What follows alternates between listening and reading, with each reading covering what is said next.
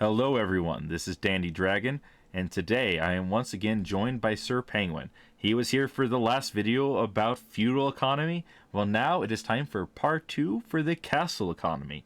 For those who did not watch the previous video, please go watch it so you at least have some frame of reference for when I make references to it. But also, so Sir Pengwin doesn't have to introduce himself again. Though he is going to introduce himself again, you'll just have to skip that part. Penguin, please go ahead. Hey, I'm Sir Pengwin. Thanks for having me back, Dandy. Of course. I definitely did not immediately record the second video and then delay it and act like we took some time in between.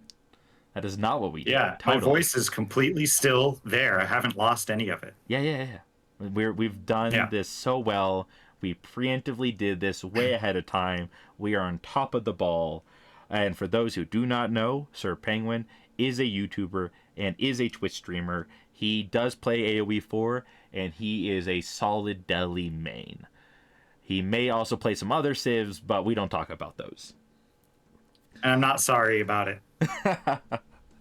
Today, we will be going in the same order as last time, because that is the order I have them going down in a row, aka the list or the order they have in the game. Because when I did this, I literally went just down the list.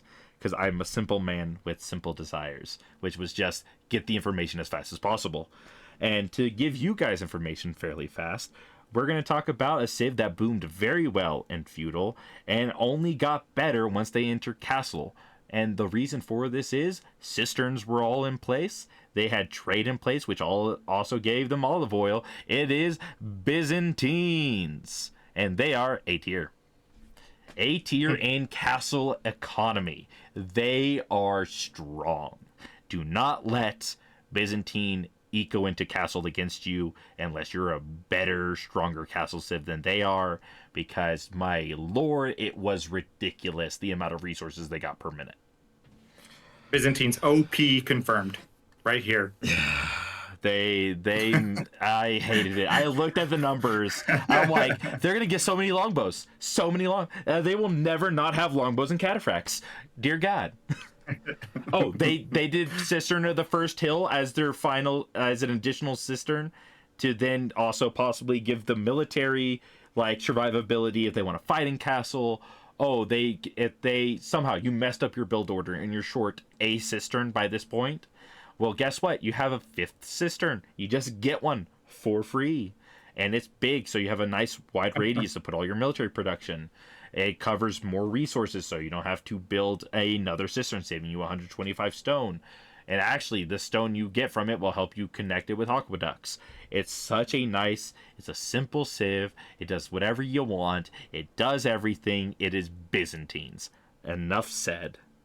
I think it's fair to say that the buildings giving you stone when they go up starts to really pay off in Castle Age too, because like 2 of your cisterns are almost entirely paid for by just building buildings. Yeah, and then like you only need 1 to 2 vills on stone with all your free resources when you're building farms, you're building markets, you're getting this, you're getting that. You just slowly get the stone, and before you know it, you're on like 8 cisterns, and you're on every resource on the map, and it's just all belongs to you. It all gets a gather rate bonus.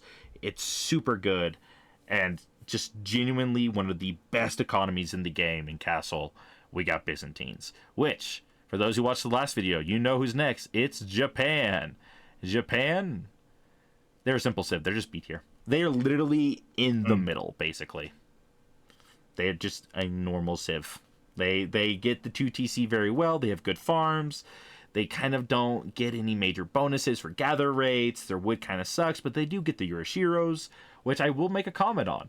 I didn't go into it last time, but in Castle, Penguin brought up they do get the free relics, basically. If you don't know this by now, you should actually put those Yurashiros, if you're not fighting in castle, like if you're not doing castle timing push, you're trying to boom, put them in your lumber camps, because you get more resources per minute by putting them in their house or lumber camp than you do the forge. And funnily enough, the resources per minute from gathering gold or food is far superior to their wood gather rate, and actually allows it saves you multiple villagers by putting them in your lumber camp. Your Yoshiro and a lumber camp is the actual best option. So if you were to do that, you're telling me I could afford to put farms around my TC as Japan for once? Yes. Fun fact. I think the Yoshiros, I think it's 70, 69 resources per minute. Off the top of my head, I would have to double check my notes. I can do that later. Or you can do it yourself. You have the internet. If you're watching this video, you have the internet. You can look it up. It in fact gives you it's like 2 villagers worth of wood per minute. So if you can afford to then get your wood faster, which means you can pull your villagers off wood faster and get all your farms set up. Genuinely. Like you should, and if you're, it's not, let's say it's not for that, it's to help you get wood to make traders. Between like buying a little bit of wood or having a few vills on wood and your Yoroshiros being in lumber camps, you can, with the gold you get from trading, you just get a lot of gold and wood, which allows for more traders. It actually really helps with their exponential growth, but it just makes up for their poor wood economy to begin with. Now, I have to say, go ahead. just to add on to what you were saying, I think people might be a little surprised because when you think of Japan, you think of a castle civ. You think of a civ that wants to get to castle as fast as they can to get all of their bonuses. But I think the big bonus is going to be your Yoroshiro in the military building. It's the fact that you have a really tight unit production timing as Japan, where not only is your production pretty tight, you also have one of the best castle age units sitting in there in the mounted samurai. Yep. They have a good economy. It's just not a great economy. They do have good military though. Your bannermen, your Shiro production, your castle age units, all very powerful, all very good, very efficient. They're just not an insane boom civ, but they're not bad. They are a fairly balanced eco civ, and I like where they're at. Personally, anything that's in the A to C category is pretty much in a similar position, or at least like can compete with each other to some degree, and I don't think they need any major changes. For you'll know my anger from the last video about Mongols being S tier and feudal. I don't like S tier civs. Bad. I'm gonna whack them, except when we get to Imperial. We'll talk about that later though. That's a future video. Yeah. Next up, we have ABBA, one of the best boom civs, well known for their Castle Age infinite freaking camel archers, their 4-5 TC and team games or FFAs. They are a powerful boom civ, and they will take upper A tier. They were not good enough to get to S, just barely couldn't get there. Maybe a better player could have gotten them there by my measurements, but they are powerful. Like if there was a tier between B and A, and that was like the true A tier civ, then like Byzantines would be in the middle. Like Byzantines was like the younger brother chasing ABBA. That is how powerful ABBA economy was in Castle. So this is assuming we went eco in feudal age, and then as we hit eco wing for my Abbasid enjoyers out there, and then in castle age got all those techs. So we got that horticulture tech, what's it called, improved plows or whatever, and then all those other ones. Okay, yeah, that makes sense. That makes sense. For this specifically, it was eco wing into trade wing, so you get all your trade wing castle buffs, which really helps. That like their traders are not very great. And also, for those who did not watch the previous video, I'll just say it now because I forgot to mention it earlier.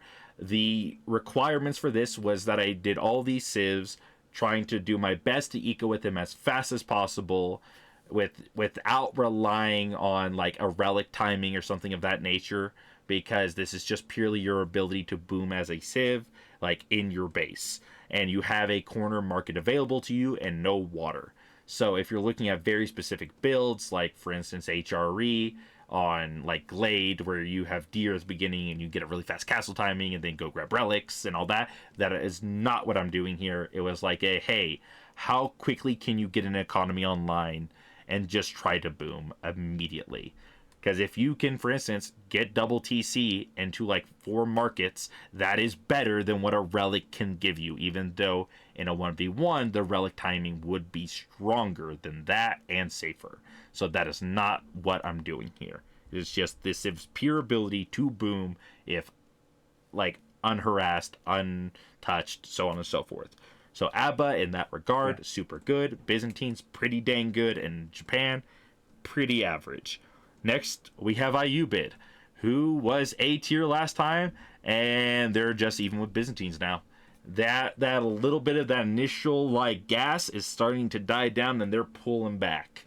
They are falling from grace as the second highest. They are now probably just kind of that upper middle tier, lower upper tier, just barely an A tier boom, which is sad for Ayubid because they had such a strong time in feudal, which does help them into castle, but we're kind of seeing their economy drop off. Penguin, as you probably know, they don't really get much in the way of eco bonuses. I was gonna say, I think once you hit Castle Age here, there's no eco bonus that Ayubids really get. You can get, your you could go for the eco wing for growth, and yes, you'll get extra villagers or whatever, but that's better if you're doing it quickly, because then it gives you that quick boost. Yep. But this is the thing with Ayubids, is that boost is very early in your castle age. It's why Ayubid's early castle is their spike. It's where they want to do damage. If anybody's ever watched a Vortex game, you've seen Vortex hit at exactly 15 minutes because that's when the power of Ayubids really strikes, and that's when you win the game. Or, his 9-minute Ayubid timing. Like, things like that. There's these really tight little windows where that early game eco that we talked about being so strong in the last video pays off in the castle age instead of the castle age really being the payoff. The units are, but not necessarily the eco. Yep. Their feudal eco really good if you really go for the eco build. And once again, the testing for this was how quickly could I get their economy going and how strong can it be at that point. So Ayubid, once again, they're kind of paying they're going to lose Imperial Eco for Feudal, or they'll lose their kind of Feudal / Castle for Imperial. If we are looking at it as if they're trying to only worry about Imperial, they're actually closer to C or D. But in terms of relevance for just their immediate boom, you're just worrying about how fast can I boom up and into Castle, they are an A tier civ boom-wise. Now. Yeah, that makes sense. I feel like right now, I want to say, if you're a team gamer, this type of stuff will be the most important to you. In 1v1s, there's a lot you can learn from this, but if you're playing teams and you have some teammates who are buying you some time, this is the kind of information that it can really help, because you might be left alone in a 4, and your Abbasid might need to go up to 4 TC, to 4 merchants, whatever. The point is, like, there's a reason people are booming so hard while they're untouched, and it's because those are their windows where they can blast out. But yeah, you can take advantage of that in teams. Indeed.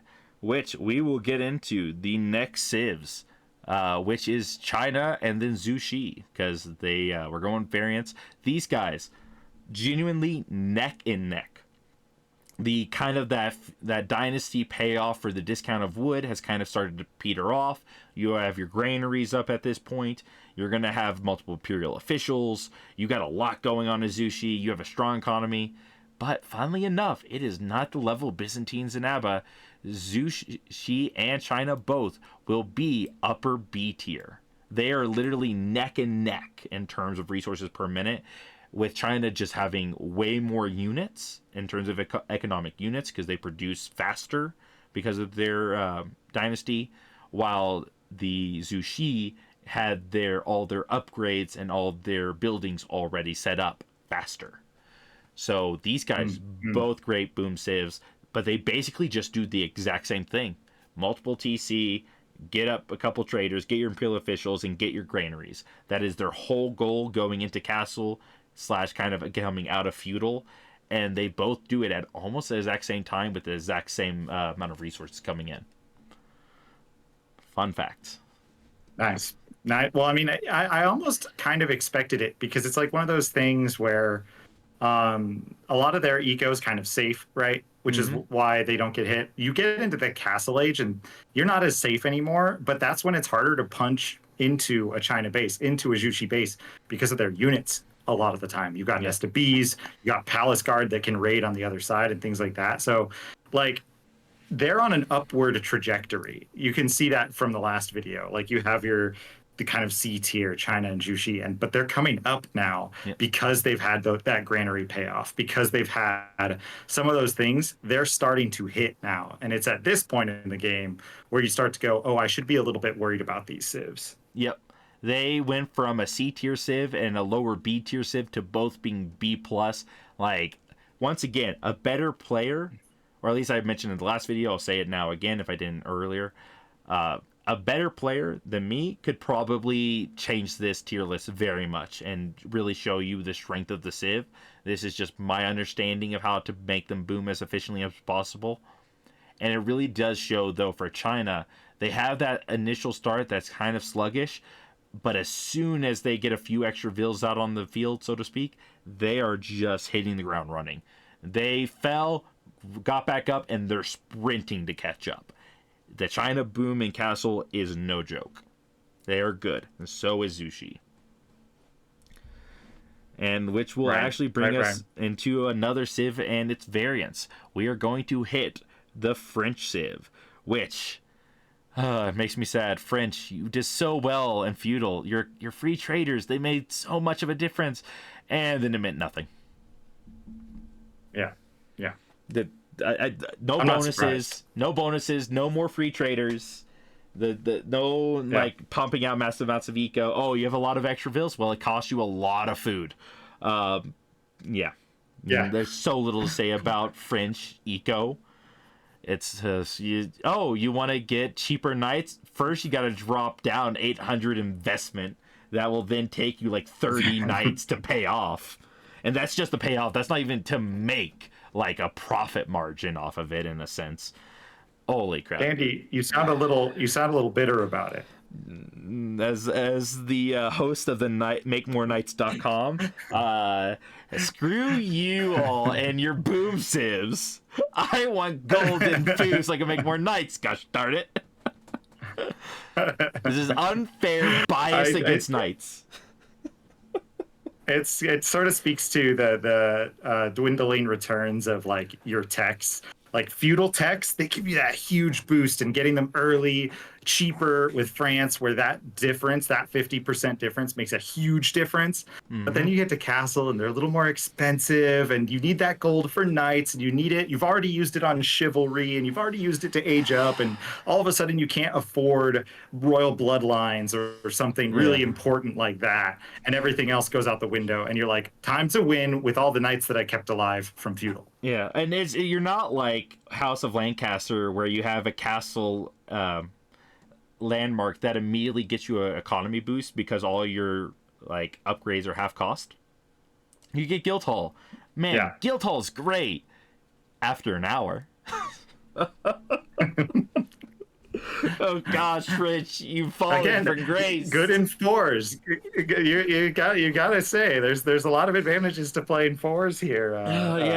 For those listening. Yeah. Oh gosh, let's not talk about it anymore because I'm just gonna cry all the harder with Jean, who doesn't even have the benefit of extra vills. One of the worst civs in Castle, straight up. It's so awful. It's not even funny. It literally made me want to cry every time I test. I'm like, come on, I can just get a little bit more. I can get like another 50. No, I can't. No, I genuinely can't. I cannot make Jean boom any better. I just can't physically do it. It does not happen. Jean sucks as an economy civ.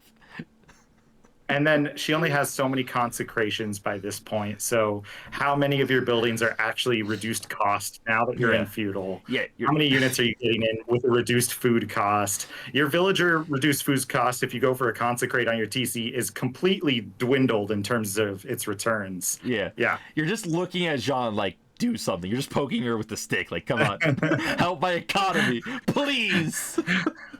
We're dying out here. We have nothing. We're starving. No wonder the French didn't beat the English historically. This is why you can't feed your people. The longbows are knocking. Wow. You tried to fight them in the swamp and suddenly your cavalry meant nothing. And that's all you had. Ah, Jean, French, you make me want to cry. Oh, what's this? We're to another variant of the French. Surely now this will be the time. that they'll do well. And guess what the answer to that is? It's a no. Templar sucks. If I had an F tier, that's where Templar would go. It is so bad. I don't know how to explain it. Like, you can't get trade, so you don't have a large gold income that really starts to pay off. To get like 4 or 5 TC to have as many eco units as everyone else literally takes you your entire feudal. So by the time you're in castle, you have like no resources per minute, no upgrades. It's awful. Oh, you decided you want to go pilgrims? Well, guess what? To get 1 pilgrim is more than the cost of a TC. Oh my gosh, it's so bad. I was going to ask, the returns for the fortresses really rely on the fact that the game is going to go a long time and that you need to secure parts of the map. It's not really, you're not getting an immediate payback from like 10 fortresses in the middle of the map, right? Like, like I've played against those players who put like 4 fortresses on the sacred site, but you know what? I'm just going to go around. Yeah. Oh, the best like way I can describe it is investing in like Templar is investing in a penny stock that you're not allowed to withdraw even if you start to make money from it. Like, you just got to look at it and hope it doesn't crash. And it's like, oh, you may make like double the investment for like 0.2 seconds. It's not worth it. In terms of boom, you are throwing like bags of gold at people, and they're throwing pennies back at you. Like, they're throwing lots of pennies really often, but you're getting pelted with pennies. It's not a good time. It's not a fun time. It's not an efficient time. You might as well just sell the copper of the pennies at that point. Like, yeah, it's we don't have to talk about this in detail again because we talked about it a little bit in the first video, but I think we can kind of say here again that the tools are what make them different. But at this point too, I don't feel like the Templars' fast castle tools hit quite as hard as those feudal tools do. No. This is my opinion of Templar. They are a win harder civ, not a boom civ. They want to fight. They want to take map control. They want to drop keeps at your base. They want to do all these things. They do not want to boom. They cannot do it. Please don't. If I see somebody in a 4v4 going 4 TC Templar to try to boom as their boom civ in pocket, I'm going to cry and just yell at you that you should play ABBA. You should have seen my face when people were fast castling with Templar when they first came out. Every time I fast castle, it was the confused Jackie Chan. What are you doing? Why are we just going straight into Castle Age? There's so much more. You have value. You need to get some damage or something. And now I know why, Dandy. Now I understand why. It hurts my soul, man. Hurts my soul. Side note, a little fun fact. You would think, oh, cool, they have this upgrade from their keeps or their monastery, whichever one it is, that gives them 20% more golds from their relics if it's near a keep. Man, that sounds super cool, except for the fact that now suddenly your relics are on the front line where you built a forward keep to secure a sacred site. It also requires you to go get all the relics, in which case, if your opponent gets them faster, well, that upgrade's useless. And if you're in a team game, usually you have HRE or like China or Mongols who can make better use of it than your 20%. So please, that upgrade is nothing. Their timings are horrible. Stop, Dandy. They're already dead. Stop. It's a bad boom civ. It's a bad boom civ. Don't play them. Your goal is eat resources. We're done. Okay, we're done. We're gonna go to HRE, your favorite main civ. I know this is your main civ. You love it. It's glorious. It's beautiful. Yeah. You want to know where this civ is? It's an S tier. By golly, it is. I know. It is evil. You get so much in Castle. Why? If Templar is like the child that was abandoned on the side of the road and isn't fed, this is like the millionaire's child. He has everything. He wants for nothing. You need gold, double gold relic or relic gold. Oh, you need food, Aachen food economy with now monastery food economy. Oh, you have higher carry capacity. Oh, you now have a faster gather rate because of Aachen or not just the Aachen, but the boost you get to your Aachen style upgrade from your monastery and castle, which increases the percentile. Oh man, that's insane. Oh, you can just throw prelates on every which corner of your economy, give that like massive boost. Great. They have everything. They do everything. Passive resources. The only thing they don't have is trade, and they don't need trade because they're already rich. What do you want them to Dandy, do? Be even more rich? it must have been like 2 years ago that they gave Aachen the drop-off point change. The Aachen originally wasn't a drop-off point, right? You needed mills, you needed stuff. Yeah. It really set them behind, to be fair. To be fair, before any HRE players, dirty HRE players start attacking me, let me be very clear that it did need something. But oh my God, to watch it start with the Aachen, this 40% boost in a quite a large area, now get added to monasteries. I have no words, Dandy. I can't stand it. I have nothing to say. I have nothing to say to the HRE players. There's no excuses. I think the devs are HRE players. This confirms it. I would agree.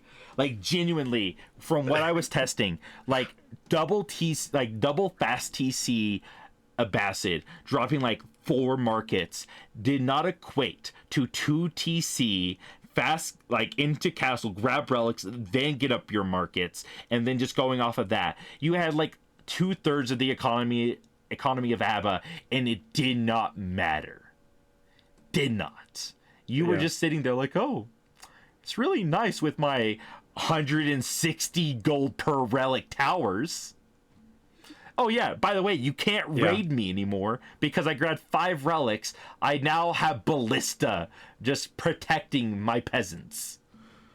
I now have automatic turrets protecting my villagers. Good luck raiding me. This is coming from, someone playing Diamond, looking into Conk 1 from the past. There was, again, I talked about this in that first video, but there was a time I was teetering on the edge. I was on my Conk run, and then I left for my trip. But one of the things that finally allowed me to beat HRE was getting into their base on hybrid maps with Abbasid, getting that food and beating them on water, and actually getting some tempo going because I finally had more food than them. And this just tells you like so much about like trying to get into that HRE base, trying to do damage, because they weren't bad in feudal. Like we talked about it, they weren't terrible. They were in the middle-ish somewhere. Yeah. And now we have that huge exponential shift if you let them get to Castle Age without having done any damage, without having pressed in. And they have the defensive buffs. So I could sit here and maul about HRE all day, but you can really see what it is that makes them very frustrating for players to play against. Yeah. Like, even let's say we're not using my rules where we're not fighting, you're not getting raided. Like, even if that was a part, it doesn't matter because you don't raid HRE. You don't, like, as a French main, if I don't beat HRE by like the 12-minute mark, I can't beat them because the economy is too powerful. Yeah, I could have defeated 12 vills. If they get 3 relics, it doesn't matter. I may just be bitter, but I'm convinced you just have to be a better player to beat HRE. Yeah, to agree. Once again, I'm not saying this to be mean. They are a simple civ. They do everything well. Their military is strong. They have some of the best men-at-arms in the game. They get a huge gold income, so they can afford to make a lot of knights. They have really good, like, you're an S tier eco civ in Castle, you can make pure knight armies, no issue. Like, unless you're really screwing up your economy and you did your timings horribly, HRE should just be like, hold shift, hold left click on knights, and just move into your base. Like, it's not a complicated That's how I do it in civ. team games. Yeah, same. All right, enough about HRE. Enough about HRE. You want to know who's right by them? Their friend, their cousin, their variant civ, OTD. OTD, if they've managed to get, like, double, if not even triple TC up, go castle, grab relics with regnants, and then they start to get up trade, by golly, their food, like, they're not a joke. Their farmvilles and feudal are equal to imperial standard farmvilles. Their food economy, once they get going, is loco crazy. It is insane how quickly they can use those resources. They need so little on food. They can just power grab all the other resources, switch onto food, age up, no problem. Boom, you're done. Bob's your uncle. Yeah. And this is the big difference, right? Is like people often talk about OOTD as kind of a weird civ.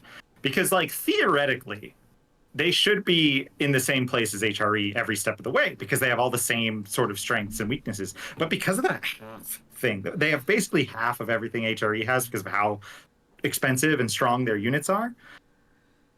It makes it harder to play them in a weird way because of the numbers.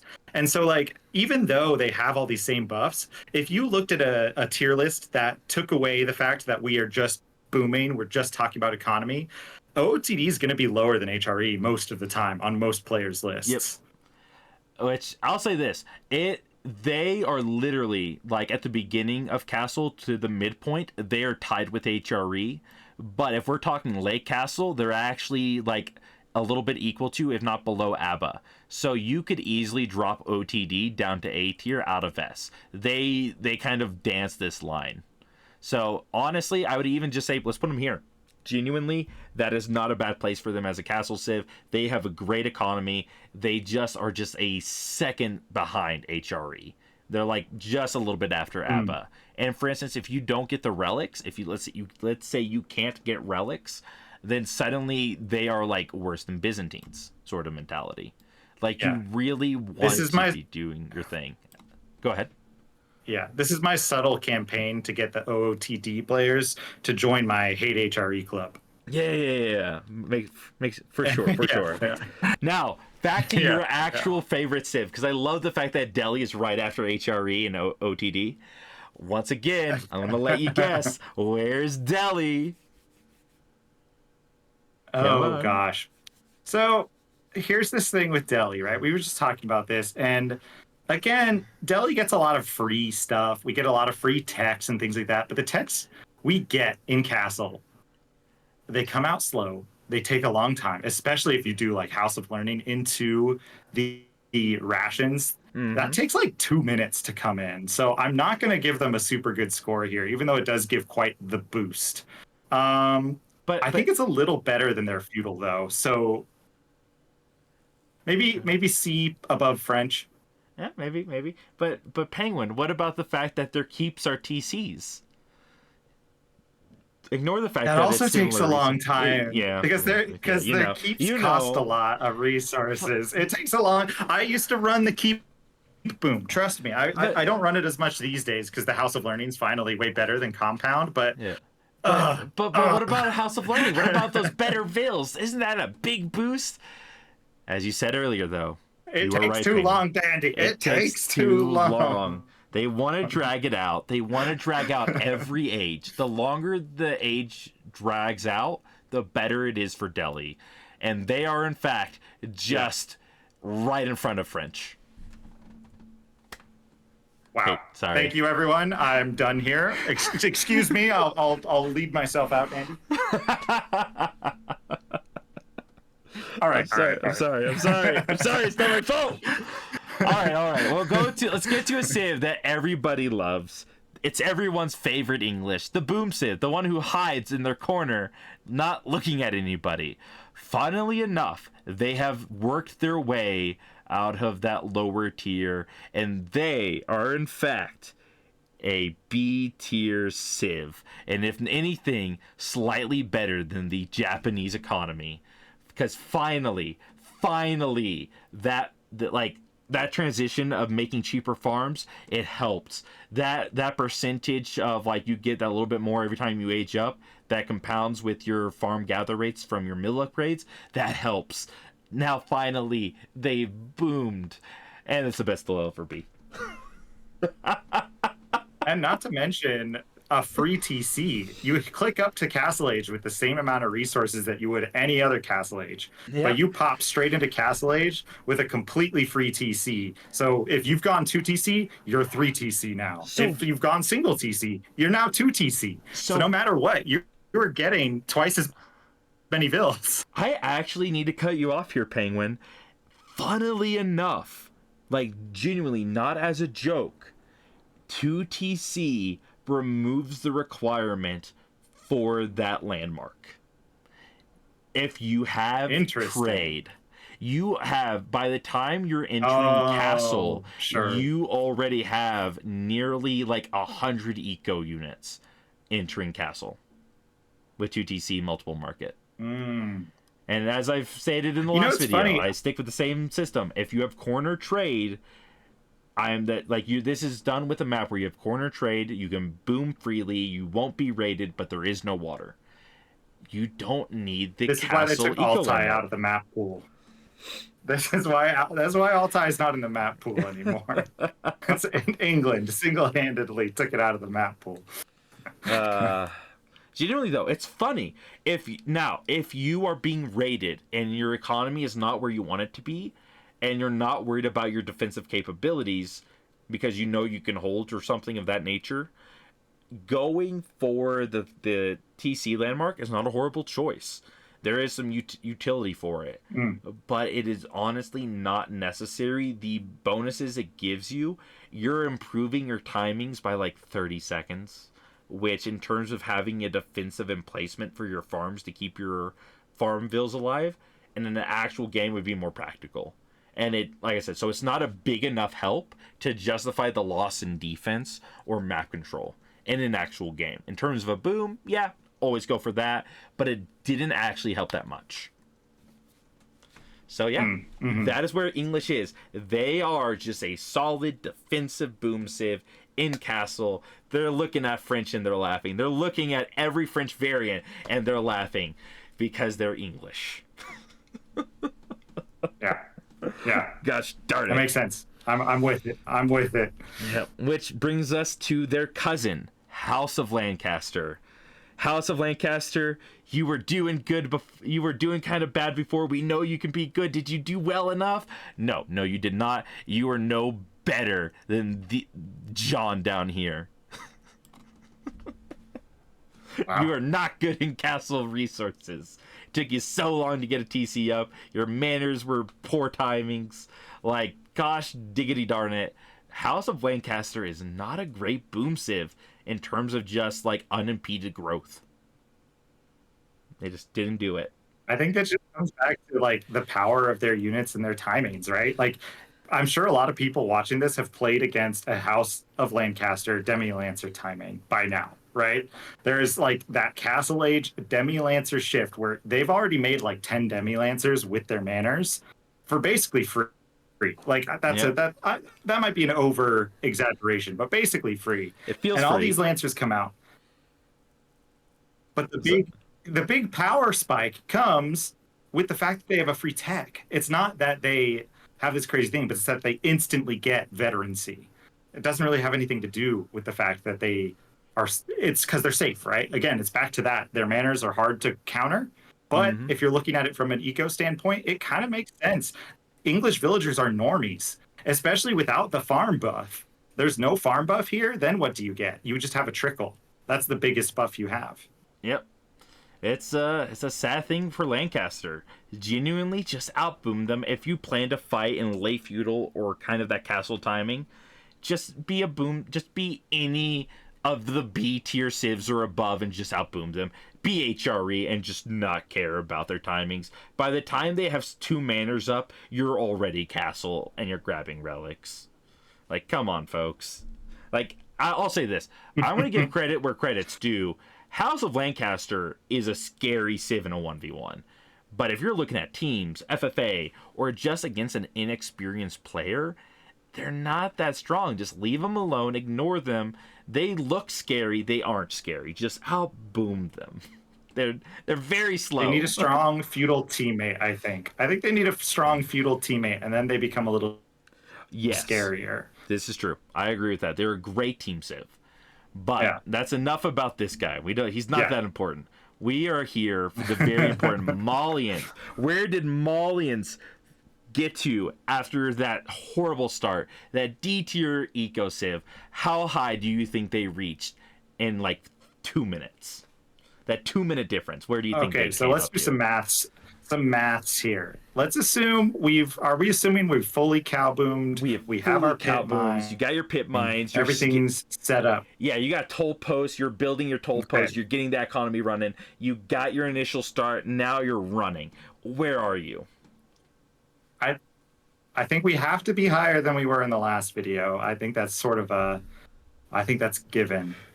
I The, don't think it's going to be as high as we expect. well, you mean as much as I dream, because we all know Dandy loves his I infinite scouts. I really want them to be A tier, just like in my mind. I want them to be up there because you're playing against Molly and you're like, where are all these units coming from?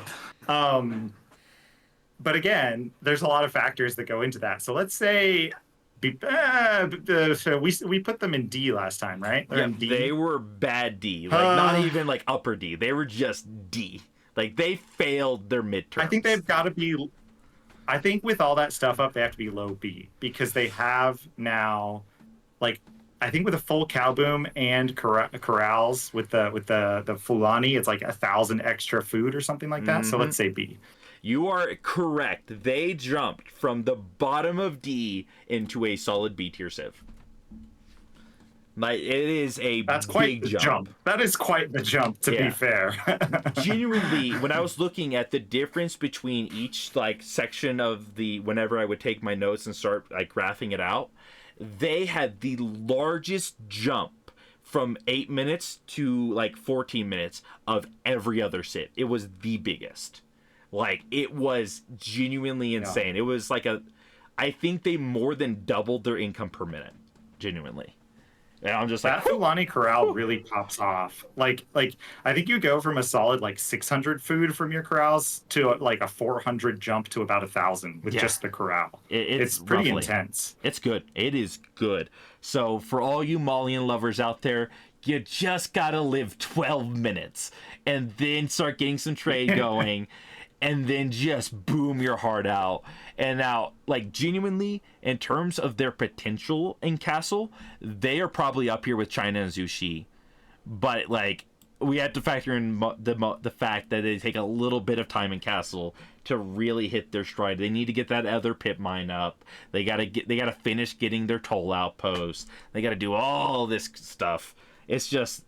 And honestly, like once again, as I said before in the last video, and I'll say now, I also take how easy it is for them to boom into account, and that's the difference between like being B or B plus. It's like, oh, you're not just a good boom civ, you're an easy boom civ. They are not an easy boom civ. If we take that out of the equation, they are upper B tier, but they do take some work to get up. Your economy isn't very safe for those who know how trade works. So you have a few things in mind you have to keep there. But in general, like, if you are fighting aggro against Malians, if you're like any of these civs that want to fight Malians because you know they'll outboom you, genuinely, you better hope you win that aggro. Because if they can hold, you have no way to outboom these guys. It's such a good thing for them. I was gonna say for the I feel like that's why you run into a lot of inexperienced Mali players who jump straight into Imperial after they've hit Castle because they don't realize where all these resources are coming from. Yeah. They're like, they grinded their way up to Castle Age in that game where they did their cow boom. And then all of a sudden they have 2,400 and 1,200 and, 2,400 food and 1,200 gold, and they don't know what to do with it because they haven't built the production because they don't know what they're doing, right? Like, it is funny to see so many Forts of the Huntress come up while you're in Molly's base. And you're like, guys, my guy, where are your sofa? Where are your units? I should be dead right now. This is crazy. You should have an army 5 times the size of mine. I have 10 knights. What's going on? Yeah, luckily. That's just to say, when you click up as Molly, collect a lot of wood. Collect a lot of wood when you click up as Molly. Build that production. Yep. If you can get trade going, genuinely, if you can get like a little bit of feudal trade going, you have pit mines, you really don't need vills on golds. Put them on wood. Get your infrastructure. Get your military from there. Come on, guys. Let's not beat around the bush. Let's do the smart things. But enough about Malians. let's get into the dreaded monster that is Mongols. I'm gonna explain this. I shouldn't have to. If you watched the last video, they just did what they did in feudal, but now they have step readout, which gives them 50% more gold drop off from their villagers, which means their villagers are better than their traders. Here you go. There you go, Mongol players. There you go. You know, I said that thing about exponentially getting better through the game. Yeah. I'm just saying. They stayed at S tier. So. Yeah, they went from S tier to even higher S tier. If HRE doesn't get the relics, there you go. Yeah. Genuinely, which goes to show, stop HRE from getting those relics. Use those stop, guys. Yeah, seriously. Genuinely though, if you have just been trading and you boomed and you got the step readout and you're doing all the little things, holy crap. They boom, my guys. All the extra gold, all the extra food, all the extra wood from their trade. It's so good. They start to move faster. Now you got that upgrade from your Ovu on your towers. So now they're like, all your stuff is running real fast. You're just speed running everywhere. You got step readout getting you gold. You're on sheep. Funnily enough, sheep are better than farms for most every civ. At least in like castle. We're not talking about imperial when you need like 80 villagers on food and like 60 traders. That's not what we're talking about. But like, oh my gosh. They do it all. And then they have stone upgrades for their like actual eco upgrades. So their villagers are just ridiculous. They basically have HRE vills. They have the best trade in the game as a standard. You don't need anything extra for it. We're not talking like Vizier Point with keeps from Ottomans. We're not talking Imperial full upgraded Abba trade. We're talking castle trade. Nothing beats the Mongols. Their trade is the best in castle. Just bar none.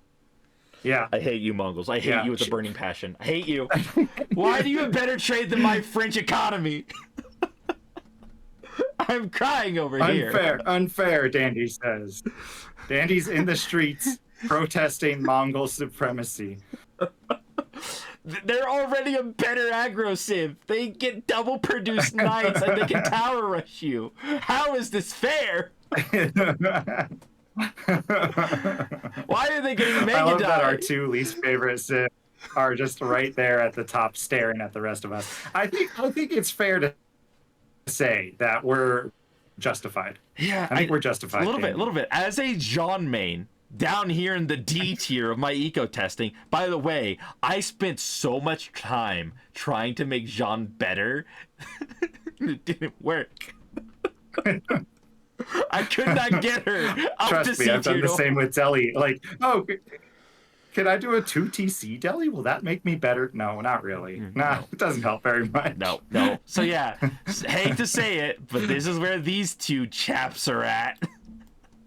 I give HRE above Mongols because technically, if they can grab the relics, it's just start to speed 5 up. relics and a regnants has got to be the craziest boon in the game. Yeah. But that leads us to Ottomans. How do we feel about Ottomans? How are they doing? They got free siege now. Oh boy.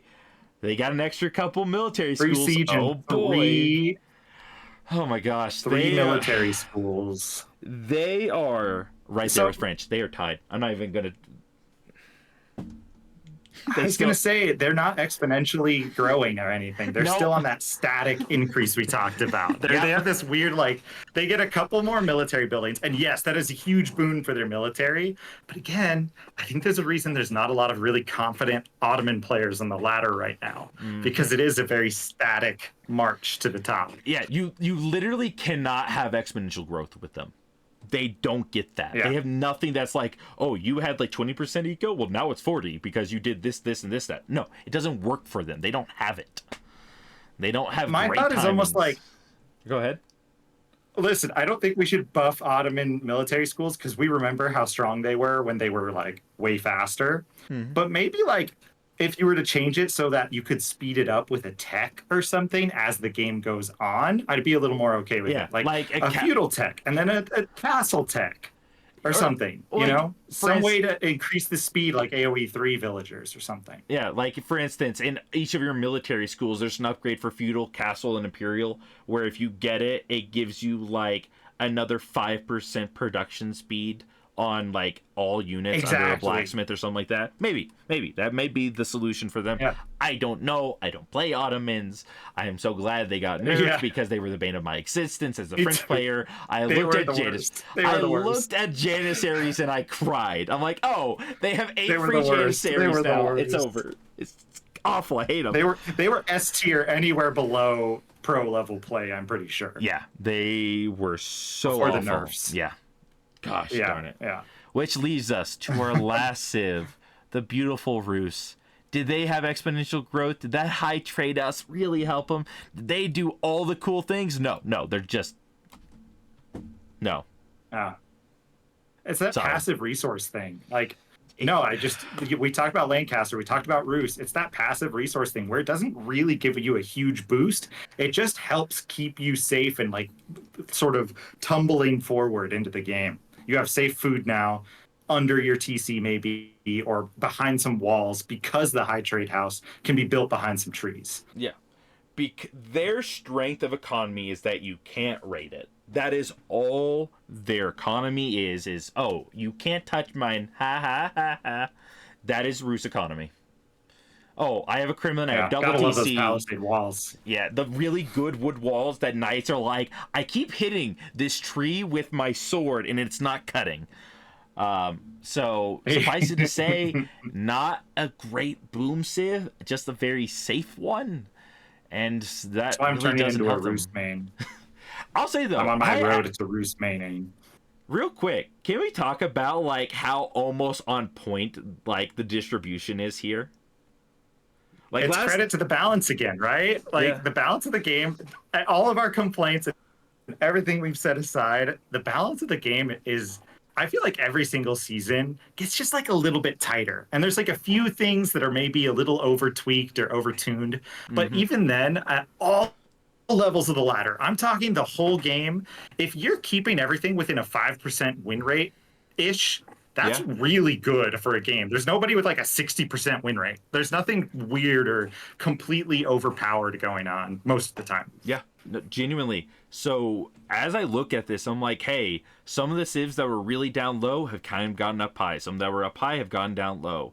Some that were kind of in the middle. Except the Mongols and the HRE. Except the Mongols and the HRE. Well, HRE was still kind of B+. My rage. But, yeah, no. Mongols, though, genuinely, Mongol has not left this tier. And guess what? When we go to Imperial, do you think it's going to be any better? But Dandy, they don't have walls, so they can't protect it. Oh no, I'm a pro player and I don't have walls. No sympathy, none. I've seen what makes you cheer. Your boos mean nothing. Oh boy, I can do this really broken Ava strategy where no one can raid me as I go like 4 5 TC because I can do it sub 7 minutes. No, I don't pity you. I don't pity any of you. Me, here in the trenches of the low conch, high diamond area, fighting back the Mongol hordes and not pitying the Mongol players. Isn't that where all the Mongol players are? Maybe I should switch to Mongols. That'll get me right up in there. Oh yeah. Oh man, all the pros feel so bad for you. It's when you lose, it's justified because Mongols are bad guys. Don't mind the fact that they are literally the best boom civ in the game as a feudal / and castle. Genuinely, they had the highest rating of anything I could make happen in feudal, and it only carried over to castle.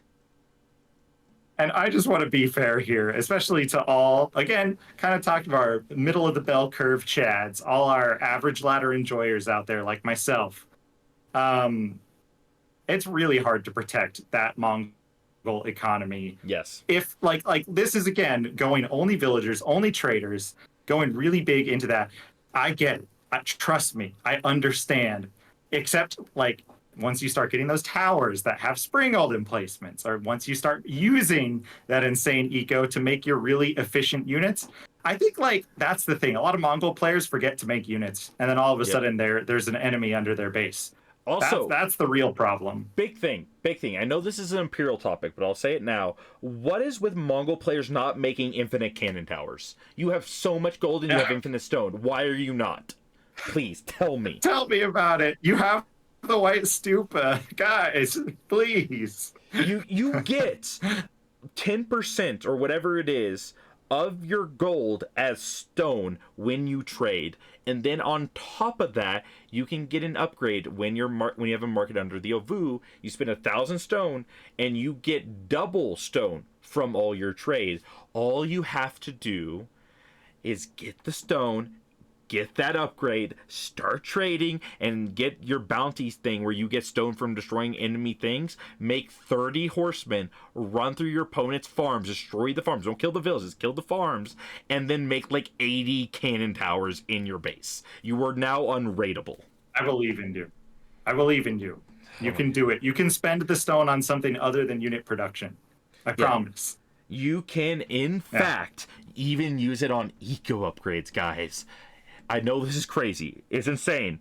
I know. I don't think so. I don't think so. I don't. You don't think they can do it? You don't think that they can take 1 second? That can't be real. Oh my gosh! Making something besides double horsemen or double spearmen in feudal or dark age, man, I don't know if I can stop myself. No, you can stop yourself. You can, in fact, just get the upgraded wheelbarrow first, or get double production traders, get a trade economy online, and then outboom every civ in the game, because you more than likely are playing team games and have 2 French players on your team. It's okay. You can do it. I believe in you. You can be a boom Mongol player. I say this as who has a friend who made a like 25-minute wonder in a team game as Mongols and won. Yeah. There you go. You heard it here first, although you probably already knew it deeply and intrinsically. Yes. Mongols is a boom civ. They just have no defensive capabilities, which is why you don't boom in 1v1s. This is not for like 1v1 tier list. It's not what this is. This is a booming tier list. How well can you boom up to this point as a normal player that is somewhere probably in the Plat to like Conk region, or maybe let's say Plat 3 to Conk, and like basic understanding of the civs and what they do. If you know the civ, you know how to boom with them. This is what you can do in a team game. I think or if an anyone, FFA. Go for it. Go for it. Yeah, Ben. I think if anyone's surprised by the answers, you should tell us what you're most surprised by in the comments, and say hi, and obviously argue and complain to Dandy. Yeah. Don't argue and complain to me. I'm just a Diamond 1 Chad right now. Yeah. So, leave me alone. He's not top level player. Dandy is. Dandy is the true like Chad here. That's right. Yeah, I did all the eco testing too. I put down all the numbers. I decided what numbers got what tiers got what accounted for what amount of points, so on and so forth. That was all me. So if you want to look at me and be like, oh, House of Lancaster, they're so broken because then they get Demi Lancers. Well, guess what my answer is going to be? I didn't put that into the calculations. It's about booming and only booming. Now, how well can you boom into military? How well can you boom? We are boomers around here. I may be a young man, but I am a boomer in this situation. Wow, what a useless tier list. Wow. No. This doesn't tell me what civ to play so I can beat everyone on ladder because I don't know how to make my own build orders. How dare you? You're wasting my time. Oh, well. It's okay, guys. It's okay. You can look... Genuinely, though, it's kind of funny. This is almost... I'm going to really specify that word and emphasize it. Almost a team tier list. Genuinely. Funnily enough. Almost. Yeah, like, this is for the pocket players. Yeah. If you're the guy who says, guys, I don't know how to fight in feudal, can you guys, like, just kind of fight for, like, 15 minutes while I boom? Be one of these 6. Yeah. That's all I'm telling you. That's all I'm saying. That's true. If you're I just can confirm as an Abachad in team games. In fours, I play opposite. yeah, Can confirm. like even in like Yeah. When I'm playing with like high level players too, I'm like, yeah. I'm just gonna boom guys because I can't do anything else at this level of play. Yeah. So genuinely, if you are like, let's say you're just a platinum player and you're just with a team of conks and you're riding the ladder with them, you're just trying to hang with your friends. All you know you can do is boom and then make an army and then A move. Genuinely, be like any of like the B tier civs and up. Genuine. I'm not even saying this as a joke. Like you can play. Yeah. Maybe if you're new to the game, you probably don't want to play China or Zushi. Probably not Ubid because they're a little bit more complicated. But you can genuinely just play Byzantines, boom up, go castle, make Keshiks, Cataphracts, and Horsemen, use Triumph and Gulp, and A move through bases, and you'll still be helpful. Just plop down a silver tree as Mongol. Oh yeah. Simple solution, guys. All that you have to do as Mongols is boom as hard as you can, make multiple markets, boom up, get some couple TCs, and then just throw your Kurultai wherever your allies are fighting, while you boom up into Imperial, and then just drop a wonder at 25 minutes. All right. I'm sorry for getting Dandy started on the Mongols again. That's on me. That's on me. You can blame Penguin, chat. He brought it back up. Just like if I brought up a civ, he would be back on his tangent. That's on me. I'll accept that. Yeah, it's true. It's true. Yeah, no, that's it, guys. Every civ is completely fair and balanced, To be except fair, HRE. funnily enough, Penguin, you may in fact love the news from the next video. You actually are going to be pleasantly surprised because there's some changes, and they're changes. I think for I can you. guess. No I spoilers. can No guess. spoilers, I have a Penguin. Don't feeling. say it. Don't say it. Leave that for the next video. All I'm gonna say is I hate playing late game. I hate playing late game. So it explains everything. I know, Penguin. But hold on, it'll be great. We just gotta make it. We just gotta make it to the next video, Penguin. All right. We'll wait for the next video then. We'll wait for the next video. All right. All right. Thank you all for joining me today. Thank you, Penguin, for joining me as well for commentary. Of course. Hope you all have a wonderful day, and y'all take care. See you in the next video.